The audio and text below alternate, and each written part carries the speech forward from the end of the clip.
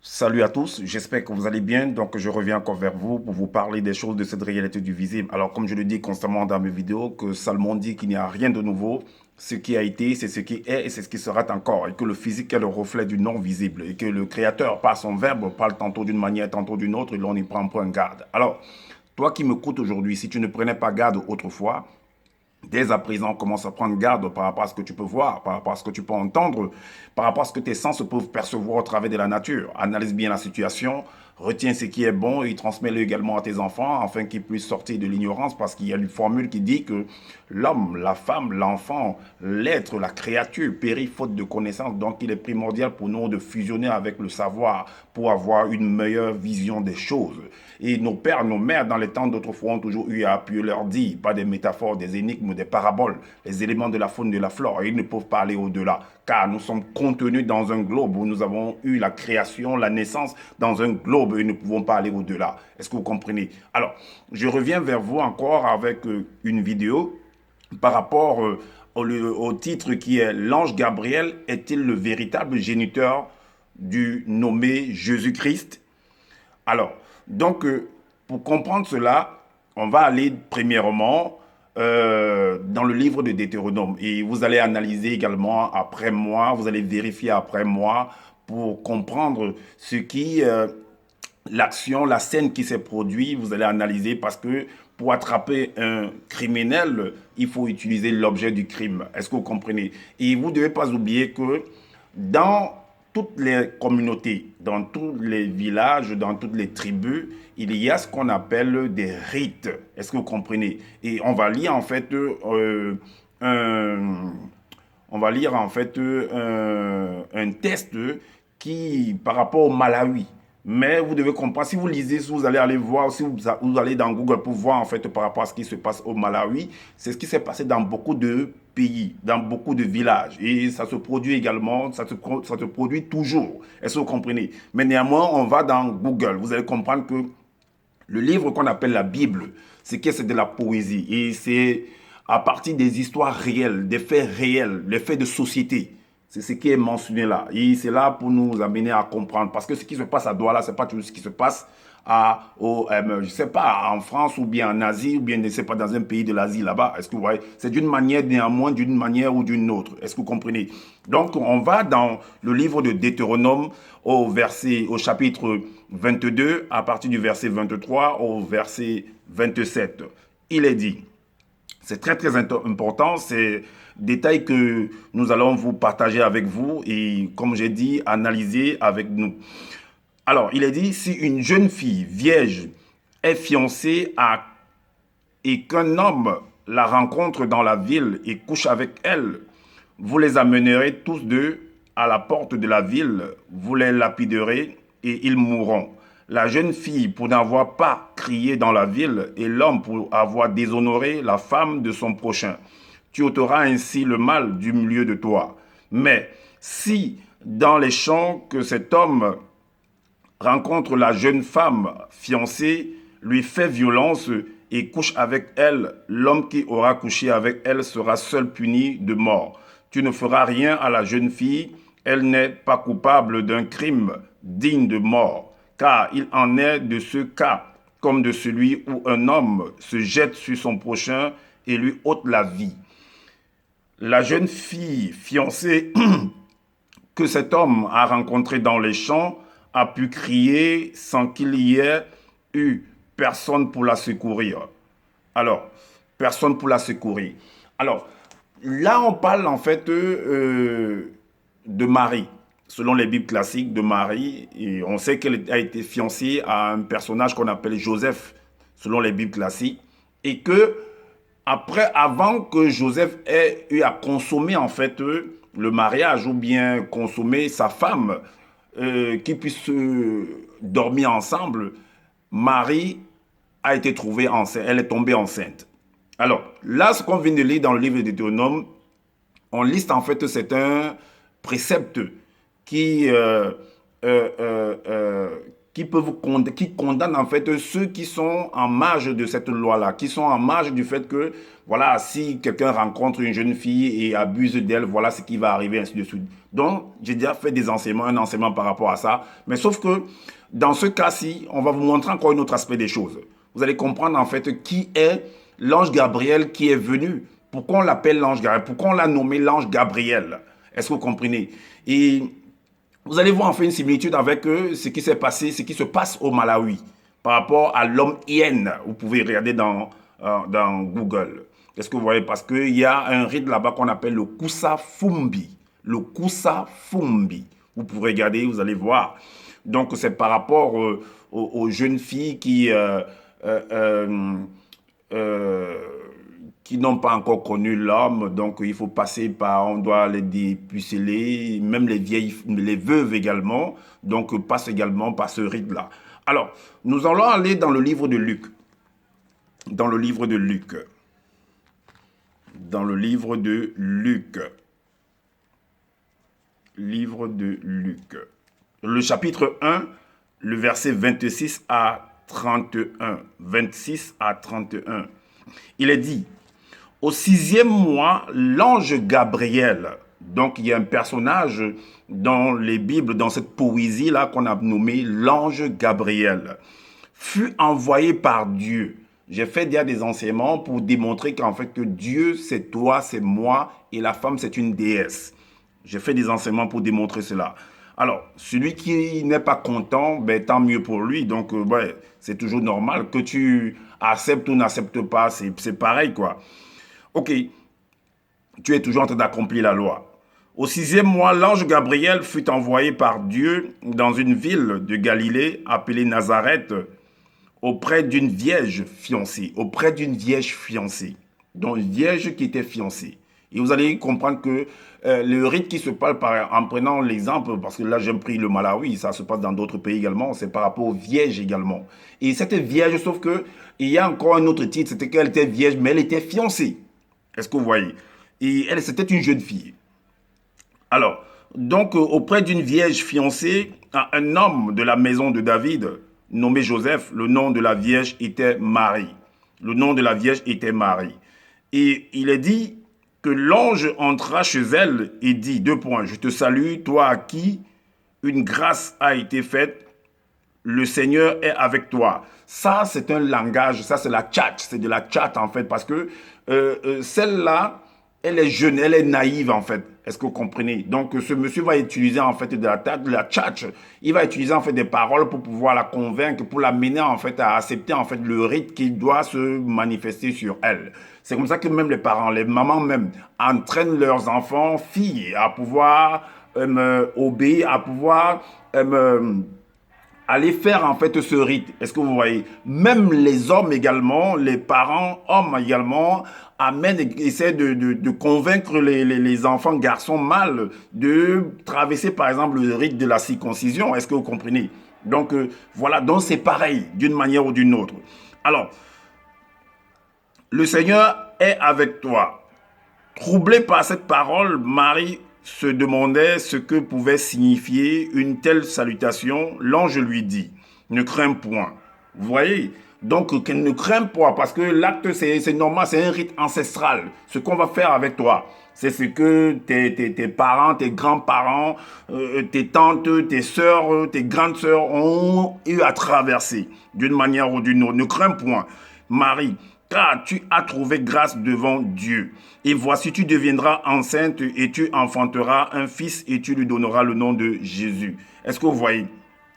Alors, quand je dis que tes grandes sœurs ont eu à faire cela, parce que ça ne s'adresse pas seulement aux jeunes filles vierges, ça s'adresse également aux veuves, parce que ce rite également, les veuves y passent.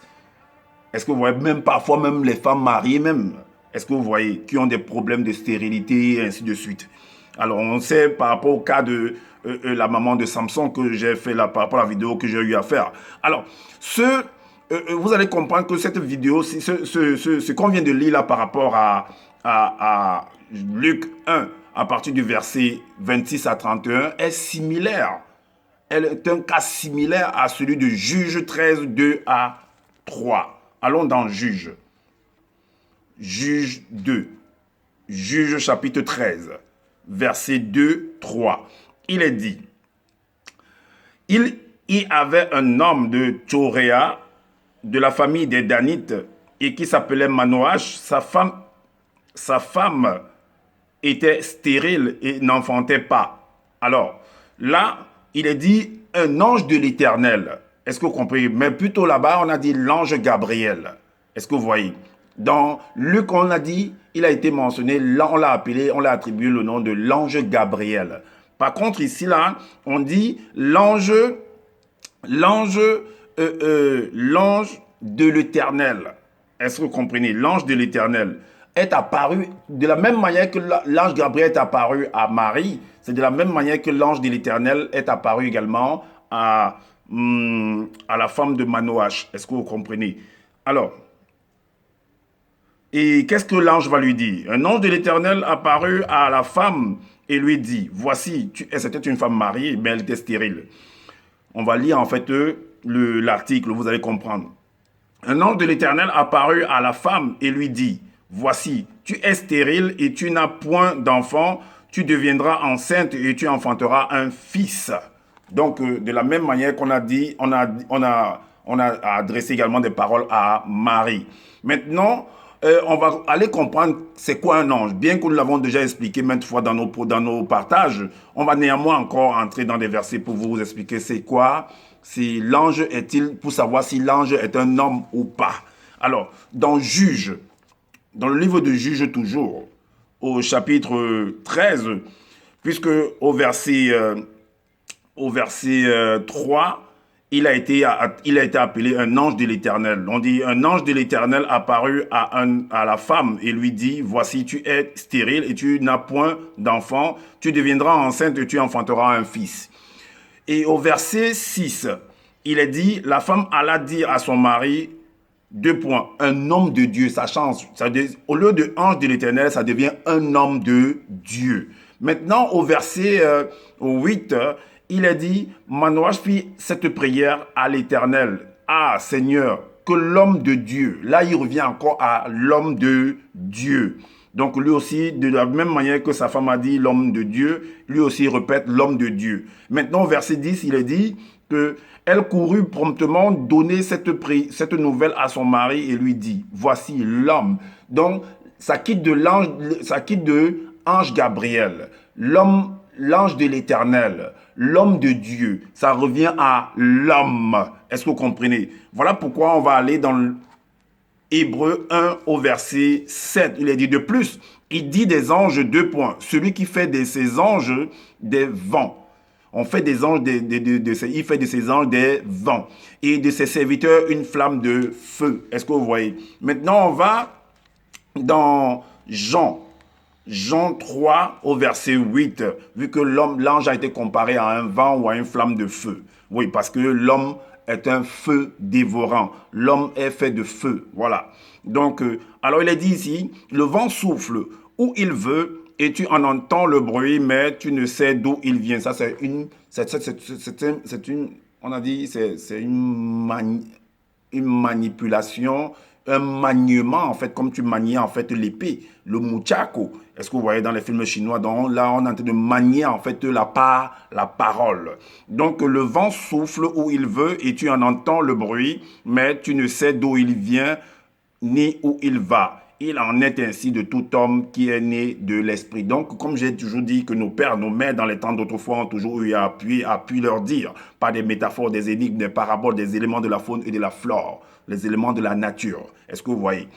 Et alors, maintenant, on va dans 1 Samuel pour comprendre que l'homme, en fait, l'ange de l'Éternel, l'homme de Dieu, qui est comparé à un vent, qui est comparé à une flamme de feu, et il est appelé en fait à aider des personnes. Ça peut être un médecin, ça peut être un voyant, ça peut être un marabout, ça peut être un féticheur, ça peut être un liseur de bonne aventure, comme on peut en trouver dans le monde. Voilà pourquoi dans le livre de 1 Samuel, chapitre 9, au verset 8 à 9, il est dit, Le serviteur reprit la parole et dit à Saül, voici, j'ai sur moi le quart d'un cycle d'argent et je donnerai à l'homme de Dieu.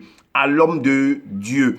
Et il nous indiquera notre chemin. Donc, l'homme de Dieu est capable d'indiquer le chemin. Ça dépend. Ça veut dire que c'est le chemin, par exemple, en quittant, par exemple, du Cameroun pour le Maroc. Donc, il y a un chemin qu'il faut passer. D'autres vont passer par le nord du Cameroun, en passant par le Nigeria, le Niger, et puis arriver en Algérie. Donc, il est capable de t'indiquer. C'est un peu comme ce qui s'est passé dans le livre de Tobie par rapport à Raphaël, celui dont on nomme Raphaël.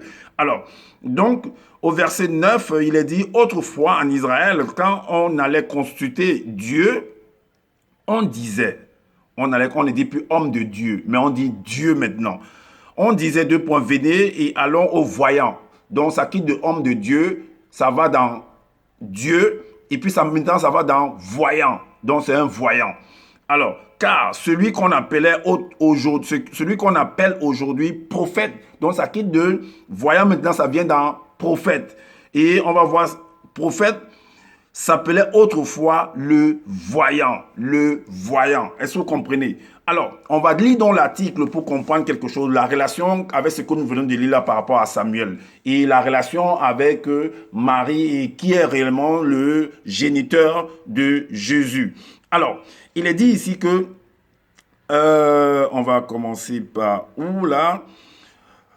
Alors, de très jeunes filles sont obligées dans la localité du Malawi, dans un village là-bas au Malawi, et ça se passe dans beaucoup de pays, dans beaucoup de tribus également. Il est dit que ici, c'est ce que j'ai pu recueillir, hein, donc vous pouvez aller voir dans l'article, dans Google, vous allez comprendre. De très jeunes filles sont obligées d'avoir des relations sexuelles avec un homme qui fait du nettoyage sexuel. Une croyance ancestrale au Malawi qui protégerait toute la famille de l'adolescente, toute la famille de l'adolescente des maladies. Est-ce que vous comprenez? Et la suite dit que après leur première menstruation, les jeunes filles de la région du sud du Malawi auront des relations sexuelles durant une période de 3 jours avec un homme du village. Avec un homme du village. Ce Ien, donc cet homme s'appelle Ien, donc c'est le nom qu'on lui donne là-bas, Ien. Mais sauf que dans les Bibles classiques là, on a dit homme de Dieu, on a dit ange Gabriel, on a dit l'ange de l'Éternel, on a plutôt dit le prophète, le voyant. Est-ce que vous voyez? Alors, ainsi qu'on le nomme là-bas, est choisi pour ses bonnes qualités morales. Et pour ça, vous allez comprendre également de certaines personnes qui vont dire que non, l'ange Gabriel a des qualités également morales, que c'est un envoyé de Dieu, donc il dit la vérité. Donc, s'il dit que telle femme aura un enfant, ça va se réaliser, que c'est une prophétie, tout ça et tout et tout. Est-ce que vous comprenez que d'autres vont dire qu'ils viennent d'au-delà du non visible? Voilà le mot. Alors, donc, on dit que choisi pour ses bonnes qualités morales et procède au nettoyage sexuel de ces filles encore en âge d'aller à l'école. Et si vous regardez en fait le cas de Marie, elle était jeune fille. C'était une jeune fille. D'autres vont dire que non, elle était dans l'âge de la majorité, dans leur livre qu'ils ont copié un peu, qu'elle était dans l'âge de la majorité, et ainsi de suite, tout ça. Elle, mais néanmoins, c'était une jeune fille qui était encore en âge d'aller à l'école. Est-ce que vous comprenez? Et d'aller à l'école, mais aussi des veuves, dont les veuves sont impliquées là-dedans, et des femmes stériles. Donc ça veut dire, quand on dit des femmes stériles, ça veut dire que la femme peut être mariée, même elle est stérile. Donc elle passe par ce monsieur qu'on appelle Ien là, et il lui fait la chose. Un rite sexuel ancestral pour préserver du malheur qui est encore répandu dans certains villages très reculés. Est-ce que vous comprenez? Donc maintenant, il y aura un compris. Parce qu'après avoir l'ange Gabriel là, après qu'il soit venu en fait vers Marie, tout ça pour l'annoncer, pour lui dire que voilà, comme on a vu un peu dans le livre de Luc, comme on a lu dans le livre de Luc, comme on a lu dans le livre de Luc, que l'ange est venu, il a salué, il a dit des choses et tout et tout. Donc ça, c'est un camouflage. C'est un code, en fait, du rite qui a eu à se produire. C'est pourquoi il faut beaucoup lire. Il faut avoir une bonne vision, il faut beaucoup s'informer pour comprendre comment les rites, les traditions des uns et des autres dans certains villages, comment est-ce que les choses se produisent. Et là, vous allez comprendre en fait qu'est-ce qui s'est produit réellement dans cette histoire-là, dans ce cas entre Marie, l'ange Gabriel et Joseph. Donc, il y aura un arrangement parce que Joseph, par contre, il y a certaines personnes dans des villages qui n'acceptent pas ce genre de pratiques-là, qui vont dénoncer. Est-ce que vous voyez? D'autres, on va essayer de les convaincre que non, c'est comme ça, tes pères ont eu à faire cela, ben c'est pas toi qui vas venir faire le contraire, tout ça. Donc, accepte cette femme-là, c'est comme ça. C'est ce qu'on appelle un compromis, un arrangement. C'est ce qui va se passer dans le livre de Matthieu avec Joseph. Donc, cet homme-là qui est chargé de perpétrer en fait ce rite-là, ancestral-là, qui a été choisi dans le village. Parfois même, on le paye même pour accomplir cet acte-là. Est-ce que vous voyez? Alors, voilà pourquoi il va venir vers Joseph pour lui faire comprendre. Donc, on va l'initier en fait. On va le convaincre d'accepter cela, d'accepter cette femme-là, au point où il va même ne pas, c'est-à-dire qu'il ne va pas en fait, comment on dit, fortifier en fait l'enfant.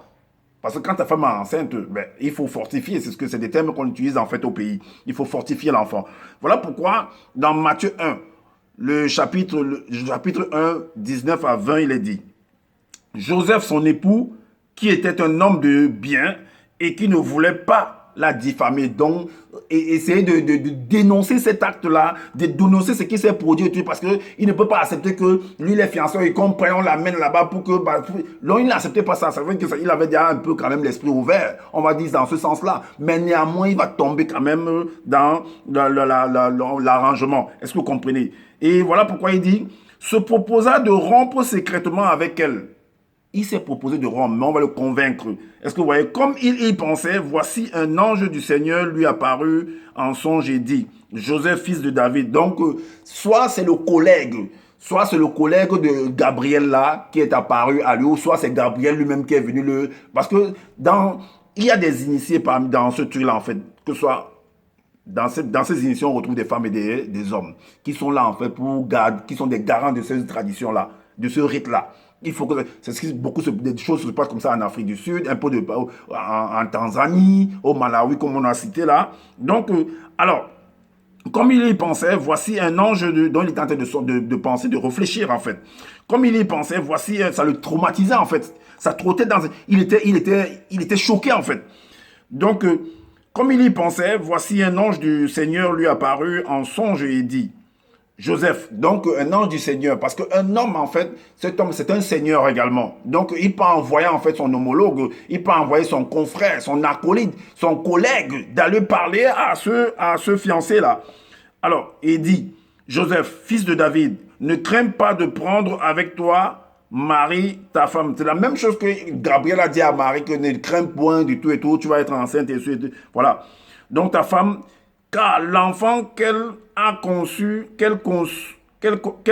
vient du Saint-Esprit. Vous voyez le camouflage, on met ça sur le... Mais ça, c'est des codes, en fait. Est-ce que vous comprenez? Donc, si vous pensez que c'est... Je ne sais pas qu'est-ce que vous pensez dans vos têtes là et tout et tout. Ça, c'est un code. Ça, c'est un acte qui s'est purement physique, qui s'est produit, en fait, entre les hommes et les femmes. Est-ce que vous voyez? Et nulle part ailleurs. Alors, maintenant, elle on en a dit au verset 20. Ok, maintenant on va aller à partir du verset 24. Il a dit, Joseph maintenant, il va accepter. Joseph, s'étant réveillé, fit ce que l'ange du Seigneur lui avait ordonné. Et il prit sa femme avec lui. Donc il a accepté. Malgré qu'il avait des pincements, il a accepté quand même que, qu'est-ce que je vais faire? Là, c'est le rite ancestral. Donc, on doit obéir à la loi. Voilà. Il a pris donc néanmoins la femme, mais il ne la connut point jusqu'à ce qu'elle eût enfanté un fils auquel il donna le nom de Jésus. Donc, Marie, on lui a dit la même chose, tu donnes le nom de Jésus. Joseph lui-même, il dit jusqu'à a donné le nom de Jésus. C'est Joseph ou c'est Marie ou c'est les deux qui ont donné le nom de Jésus. Donc, voilà, en fait, c'est le complot qui s'est produit entre Gabriel et l'autre, son collègue, qui est l'ange du Seigneur, Joseph, Marie et tous ceux qui sont autour de cette affaire-là. Les parents, que ce soit les parents de Joseph, les parents de Marie, tout ça et tout et tout. Et ce monsieur de Ange Gabriel là, qui est là pour accomplir le rite ancestral. Est-ce que vous voyez? Le rite ancestral qui est le nettoyage sexuel. Est-ce que vous comprenez? Donc là, dans ce partage que je viens de faire là, vous comprenez en fait qui est réellement, que dans ce rite sexuel là, ça se trouve que pendant tes premières menstruations, comme on a dit que, il a été dit que, qu'est-ce qu'on a dit? Il a été dit que après leur première menstruation, tu peux tomber enceinte, hein? Après les premières menstruations, les jeunes filles de la région du Sud, donc après que tes règles soient passées, tu passes au rite ancestral. Donc, après les premières menstruations, les jeunes filles de la région du Sud du Malawi auront des relations sexuelles durant une période de 3 jours. De 3 jours. Avec un homme du village qui est bien choisi, qu'on a choisi, c'est lui qui a accompli cet acte-là. Est-ce que vous comprenez? Et parfois, on le paye même pour ça, pour accomplir cela. Même les veuves y passent. Les femmes stériles également passent là-bas. Soi-disant parce que lui, il a des qualités morales. Est-ce que vous voyez? Il a un pouvoir, soi-disant, qui fait en sorte que ça arrange ces filles-là, qu'elles soient prêtes, en fait, dans leur prochain mariage, dans leur mariage futur. Est-ce que vous voyez? Pour qu'elles soient, c'est une façon de les initier, en fait. Donc, voilà, en fait, le partage. Dites-nous en commentaire qu'est-ce que vous en pensez par rapport à ce que nous venons d'entendre là, que des gens sont venus ici, font des vidéos pour raconter des bêtises. Vous voyez? Donc, pourtant, le criminel, pourtant, l'homme qui a commis l'acte est là parmi le peuple. Est là dans le village. Qui a enceinté la jeune fille est là parmi le peuple, parmi le village, parmi les hommes. Mais on vient coder pour dire non, c'est ceci, c'est cela. Est-ce que vous comprenez? Donc, la vidéo que j'avais fait, la précédente vidéo que j'avais fait par rapport à ça, j'ai expliqué pourquoi est-ce qu'elle avait été violée en fait. J'ai expliqué, j'ai expliqué par rapport aux préceptes qui sont inscrits dans le livre de Deutéronome au chapitre 22. Ça, c'est un cas. Ça, c'est un autre cas également. Donc, dites-nous ce que vous en pensez en commentaire par rapport à ce que vous venez d'entendre. Et je n'ai pas la science infuse. Si vous pensez qu'il y a des manquements par rapport à ce que vous venez d'entendre, faites des vidéos pour nous expliquer encore, pour voilà, édifier encore les uns et les autres. Et là, que la communauté, les uns et les autres, puissent grandir encore en savoir, en connaissance. Donc, abonnez-vous massivement à ma chaîne également et activez la cloche de notification pour être averti des prochaines vidéos. Et partagez massivement cette vidéo aussi. Et prenez soin de votre famille, prenez soin de votre santé. Et je vous dis à bientôt pour une prochaine vidéo. Ciao.